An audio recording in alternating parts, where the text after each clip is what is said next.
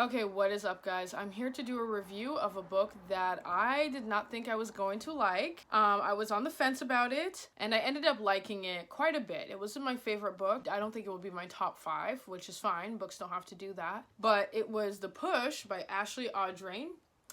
And you might have heard about this book, but it was chosen as, I want to say, Good Morning America's book of the month for either December or January. I did not know if I would like it, so I actually borrowed it. I used Libby, which is, by the way, a great application. Download it. It allows you to download ebooks from your library. This book is about a lot of things, and I just want to share my biases before I talk about this book. First of all, I'm not a mother. I don't know what it's like to have a child. I don't know what it's like to care for a child. I also want to say that I am a daughter. I am a daughter of a great mom. So I also don't know what it's like to have a bad mom. I think, some of the things in the book was very jarring to me because I was like, wow, how can any mother treat their child like this? At the same time, I think society needs to give mothers the space to be upset with their situation because frankly, it kind of sucks. I'm saying this as someone who would love to have children, but society puts mothers on a pedestal but then doesn't listen to their cries for help when it comes to childcare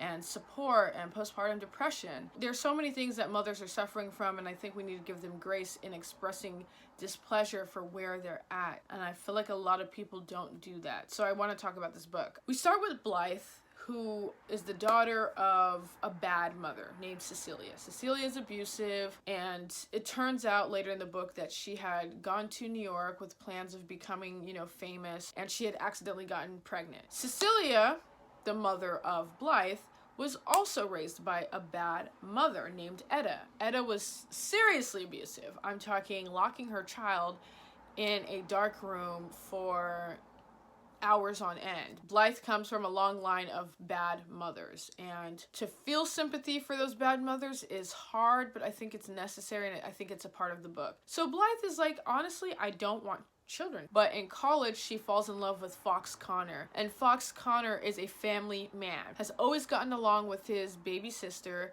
has 2, stable, not divorced parents. He wants a child because he had a great family life. At first, he's like, oh, you want to be a writer? He's interested in Blythe as a person. But very quickly, Blythe loses her personhood and becomes to Fox a soon-to-be mother. Fox is like, you'd be a great mother, don't worry, Even when Blythe expresses discomfort, Fox is like, no, you would be a great mother. I honestly hated those parts because it felt like Fox wasn't listening. And Blythe gives in because, as she says in this book, I want to get into it, when they met in college, Fox soon becomes her everything. She says, quote, "The comfort I found in you was consuming. I had nothing when I met you, and so you effortlessly became my everything."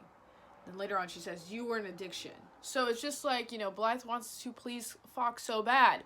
And they fall in love and they have a child. Okay. Now it gets kind of like murky because I actually think Blythe gets kind of interesting. Blythe has a daughter named Violet. From the beginning, something is off with Blythe, but also Violet and their relationship. There is this portion where Blythe describes having Violet, and she says, "I closed my eyes and I willed something horrible to go wrong. Death. I wanted a death, mine or the baby's. I didn't think even then that we would survive each other." So she's basically, having this child and is like, oh, I don't want to do this. Like, please, literally kill me or kill the child because I do not want to do this. Extreme, palpable regret. That might be distasteful to someone. It's like, oh, you bring a child into this world, you need to appreciate it. But it's like, that's so unrealistic. I'm sure a lot of mothers have had regret about either the timing of having a child, how many children they had, why, with who. It's unfair to think that mothers should just be appreciative of just the fact that they had a child. I just feel like that's so unrealistic. She ends up having a child, Violet, and Fox and Violet love each other. So as Violet gets older, now Violet is taken on a kind of violent tendency. And because Blythe has already expressed displeasure at having Violet, people don't believe her when she says Violet is violent. The first instance is that at a playground, Violet purposefully trips a boy who actually falls on the playground and dies. Blythe is like, holy crap, like I did not just see my daughter kill this woman's son. And she's like trying to tell Fox, and Fox is just like, you know, you've been not liking Violet. Of course you're gonna say that she killed someone. You know, like they're not believing what Blythe is saying. Then Blythe has a son and loves him. You know, she doesn't feel the same like anxiety she felt with Violet when she's, you know, feeding and taking care of Sam. Like she loves Sam. And there's this instance where Violet purposefully pushes Sam's stroller into the road. But subtle enough that people looking would think it was an accident. But Blythe knows it's not an accident. So she's tripping. You know, she's tripping. She's like, oh my God, like my daughter just killed my son. It's really weird. And she's telling people and they're not believing her. Basically, her marriage with Fox deteriorates. Fox ends up cheating on her. Blythe ends up living in that house alone. And she's going through the motions. She's thinking, every so often, you know, she'll have Violet over. And Violet's growing. She's, you know, becoming a 12-year-old girl, a 13-year-old girl. Like, she's getting older. And, you know, her violent tendencies are more sporadic now, you know? So Blythe, it becomes unsure. She's like, damn, well, was my daughter ever murderous or violent, or did I make that all up because of my dislike for her? She starts to question herself, but it turns out she was right. You'll see, but she was right. Thoughts about what this book is trying to say, because this book is trying to say so much. One, let mothers express anger for the reality of motherhood, because the reality of motherhood in the U.S. sucks. I'm sorry, it sucks. Like, I'm Nigerian. Usually it takes a village to raise a child. You're supposed to have your village with you, your aunties, your mother, your grandmother with you, helping you raise a child.